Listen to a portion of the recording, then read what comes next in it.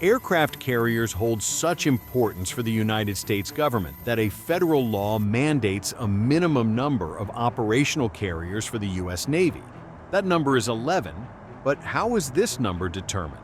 And why is there such emphasis on aircraft carriers rather than other warships the size of the carrier fleet? The overall Navy and the entire U.S. military follows a formula rooted in a strategy centered on two major wars. But it is not what you might think. Being the most powerful is not the same as being powerful enough. While the United States possesses the world's largest and most capable Navy, simply ranking first does not guarantee adequacy, much like a champion fighter overwhelmed by multiple opponents. The strongest military may struggle against combined forces from several nations. So how much power is truly sufficient? U.S. military doctrine is built on power projection, the ability to deploy and sustain forces beyond its borders to support this. There are roughly 750 U.S. military bases in about 80 countries worldwide. However, where permanent bases are not available, the Navy becomes the primary instrument of power projection. This is exactly why aircraft carriers are so vital.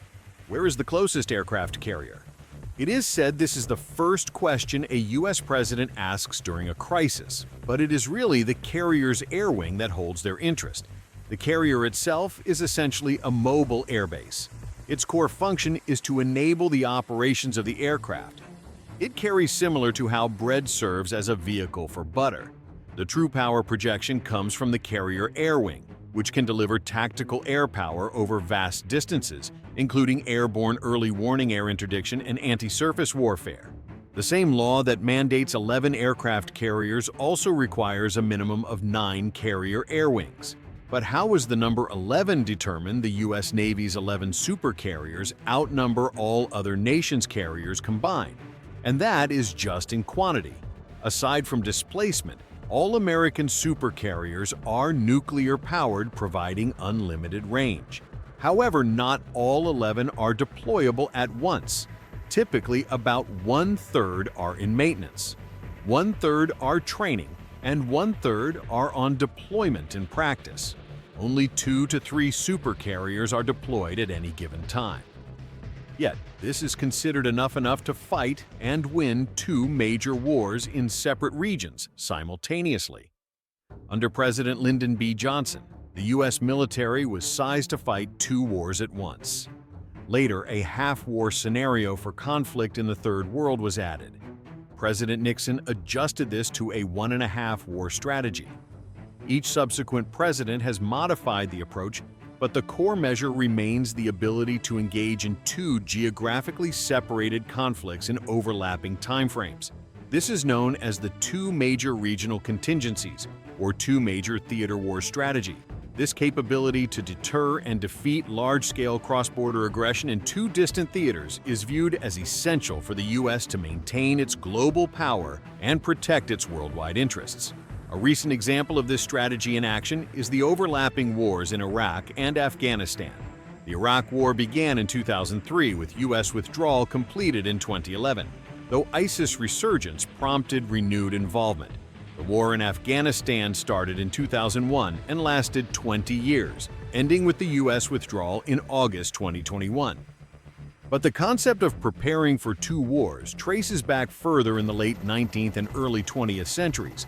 U.S. territorial expansion into both the Pacific and Atlantic necessitated a naval presence in both oceans. The completion of the Panama Canal in 1914 allowed the Navy to shift between oceans without needing 2 separate fleets by the 1930s. With rising threats from Germany in the east and Japan in the west, defense planners had to consider simultaneous threats from 2 fronts. This led to the 1940 Vinson-Walsh Act, also known as the Two-Ocean Navy Act, which funded a massive 70% increase in the U.S. Navy, the largest naval procurement bill in U.S. history. It emphasized aircraft and carriers, leading to the construction of 18 aircraft carriers and expanded facilities across the Pacific. Conceptualizing a 2-war strategy is one thing, but determining the specific force structure is another. How many Army divisions, Air Force wings, or Navy carrier strike groups are needed to execute it? The U.S. Navy's current goal is a 355 ship fleet by 2034. Though it currently has 298 in retirements may challenge this goal. Aircraft carriers do not operate alone. They are protected by cruisers, destroyers, submarines, and supply ships, forming a carrier strike group. Some policy organizations like the Heritage Foundation advocate for an even larger military, not a 355-ship Navy, but a 400-ship Navy, and not 11 carriers, but 12 plus 1. The extra one accounts for a carrier typically in mid-life overhaul. The rationale for 12 is to maintain one carrier in each of 3 key regions, the Atlantic, Pacific, and Mediterranean Middle East, with 3 additional carriers supporting each deployed one. This rotation ensures crew readiness and ship health. Fewer ships can lead to longer deployments, which strain personnel and equipment. The U.S. Nimitz's 340-day deployment, ending in March 2021, was the longest carrier deployment since the Vietnam War. While proponents argue the 2 major theater wars strategy remains the most robust framework for sizing the military, the enormous costs of maintaining and growing such a force present significant challenges, especially as the U.S. military budget as a share of GDP has declined. In recent decades, additionally, new forms of threat like cyber warfare complicate the picture.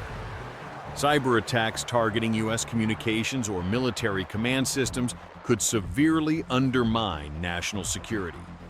The Two-Ocean Navy Act of 1940 was written for an era where power projection required physical assets, carriers, and pilots, a time celebrated in films like Top Gun. But as warfare evolves, one might wonder if a future film could be titled Top Hacks,